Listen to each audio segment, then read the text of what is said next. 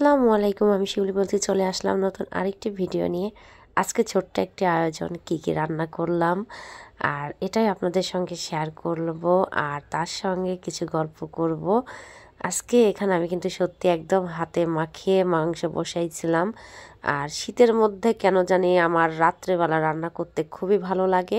আর রাত্রেবেলা রান্না করার সময় আমি এটা সুন্দর করে রান্না করে ফেলাম। আর রাত্রে মনে হয় কি অনেকটা সময় পাওয়া যায়, সময় পাওয়া গেলেও রান্না করতেও কিন্তু খুবই ভালো লাগে রান্নাঘরে। আর মাংসটা সুন্দর করে কষিয়ে নিলাম, আর এটা দিয়ে ঝোল করব আলু দিয়ে, আর এদিকে পালং শাক ভাজি করব। আপনারা কি পালং শাক ভাজি খান? আমার কাছে কিন্তু পালং শাক ভাজি খুবই ভালো লাগে। আমি পালং শাক ভাজি মাঝে মধ্যেই করি। পালং শাক অনেকেই ঘন্ট করে, আর আমার কাছে সবচাইতে বেশি পছন্দ হয় ভাজি।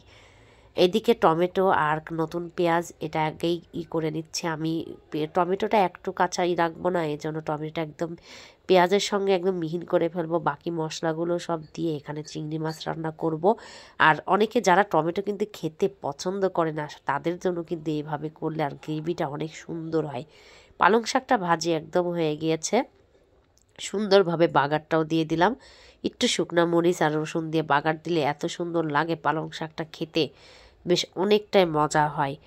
আর পালং শাকের পানিটা পুরা শুকিয়ে ফেলছিলাম আমি। পালং শাকের মধ্যে একটু পানি দিয়ে আগে সুন্দর করে সিদ্ধ করে নিয়ে পরবর্তীতে আমি এখানেই দিলাম। আর এদিকে চিংড়ি মাছটা হয়ে গেল। চিংড়ি মাছটা কিন্তু একদম বাদাম দিয়ে রান্না করছি, কারণ চিংড়ি মাছের ঝোল হবে, খেতে এত মজা লাগে, মাখা মাখা থাকবে। টমেটো দেখছেন আমি যে টমেটো দিয়েছি, টমেটোটা একটু দেখা যাচ্ছে না।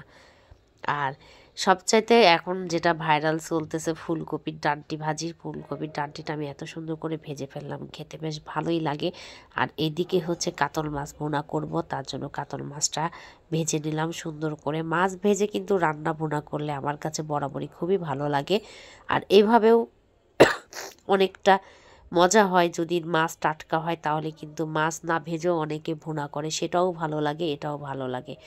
আর লাউ পাতা ছাদের দিকে পেরে নিয়ে আসছিলাম, লাউ পাতা নিয়ে এসে চিংড়ি মাছ দিয়ে ভর্তা করব। লাউ পাতা চিংড়ি মাছ দিয়ে কিন্তু ভর্তা খুবই টেস্টি একটি খাবার। আর এমনি আমি লাউ পাতা ভর্তা করছিলাম, এবার ভাবলাম একটু চিংড়ি মাছটা ওর মধ্যে দিয়ে দিই।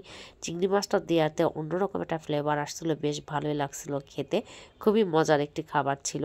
গরম ভাতের সঙ্গে কিন্তু লাউ পাতা ভর্তা খুবই ভালো লাগে। লাউ পাতাটার মধ্যে দেখলাম লবণ সব কিছু পারফেক্ট আছে কিনা, তারপরে দেখলাম যে না, সব কিছুই ঠিকঠাক। তারপরে দিয়ে এখন গরম ভাত দিয়ে খাওয়া হবে। আর আমার ভিডিওগুলো যদি আপনাদের ভালো লাগে অবশ্যই লাইক কমেন্ট শেয়ার করে পাশে থাকবেন। আর এদিকে লাউ পাতার ভর্তা সব রান্না মিলিয়ে কেমন হলো আপনারা অবশ্যই জানাবেন। মাছ ভুনাটার লাস্টের দিকে আমি একটু ধনিয়ার পাতা দিয়ে দিলাম। ধনিয়ার পাতাটা দিলে পারে মাছ ভুনাটা খুবই ভালো লাগে। আজকের মতো এখানে বিদায় নিব। সবাই ভালো থাকবেন, সুস্থ থাকবেন। আল্লাহ হাফেজ।